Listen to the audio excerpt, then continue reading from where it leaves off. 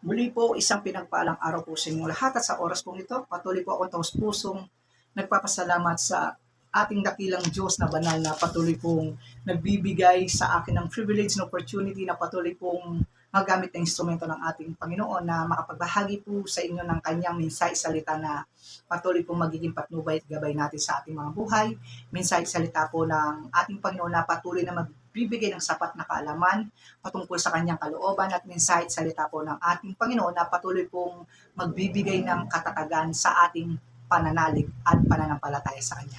Muli po sa panguna ng Banal na Espiritu at sa ngalan po ng ating Panginoong Yesus, nais ko pong muling magbahagi sa inyo ng kanyang mensaheng entitled The Unchangeable Love of God o ang hindi mabago-bagong pag-ibig ng Diyos. Ayan po. Sa mensaheng ito, nais pong iparating o ipakita sa atin ng ating Panginoong Diyos na sa pamagitan ng istorya ni Hosea ay makikita po natin kung gaano kadakila ang pag-ibig o ang hindi nababagong pag-ibig ng Diyos sa ating mga tao at sa kanya at sa ating mga sanlilikha niya.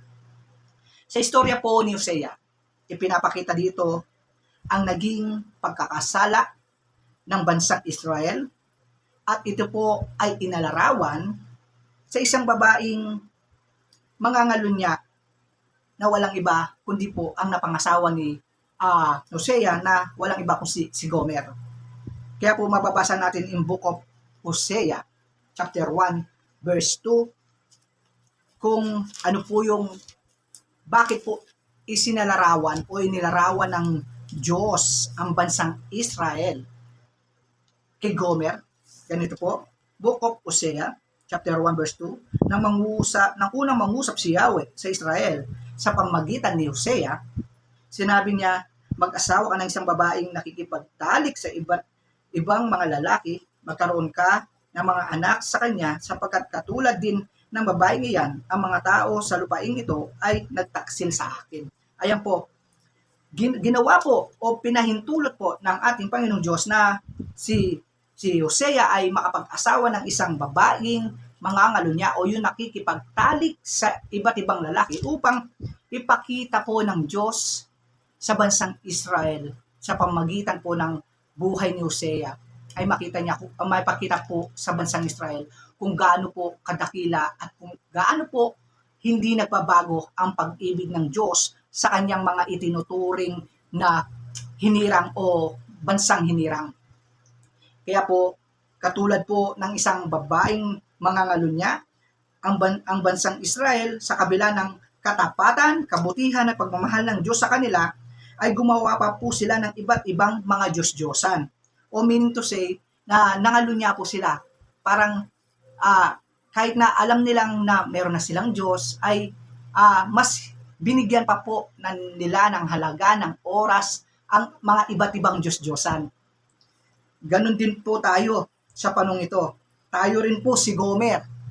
Maraming tao din ang katulad po ni Gomer sa panahon ito. Hindi lang po nung panahon ng bansang Israel. Kaya po, bakit po yung istorya ni Hosea ay isa rin po sa magandang basahin na istorya upang makita rin po natin, lalong-lalo na sa generation natin, kung gaano po kadakila, katapat, at kung gaano kawagas ang pag-ibig ng Diyos. Hindi lang po sa bansang Israel, kundi sa lahat ng sanlilikha niya, sa ating mga taong linikha niya.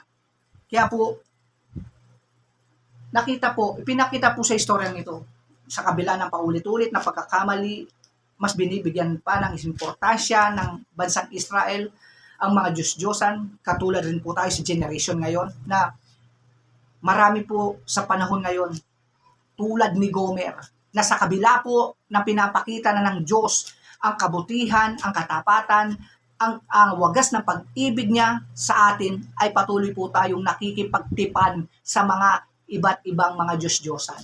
Mga Diyos-Diyosan is not literal na Diyos, kundi yung mga bagay na mas binibigyan natin ng halaga at oras sa ating mga buhay. Yan po ang mga Diyos-Diyosan natin. Example na lang po, ang ating Panginoong Diyos ay nag-appoint po siya ng isang napakahalagang araw, yung rest day, na hiningi niya po sa atin na in the 7th day, tayo po ay magpahinga, mag-worship po tayo sa Kanya, magpasalamat po tayo sa Kanya.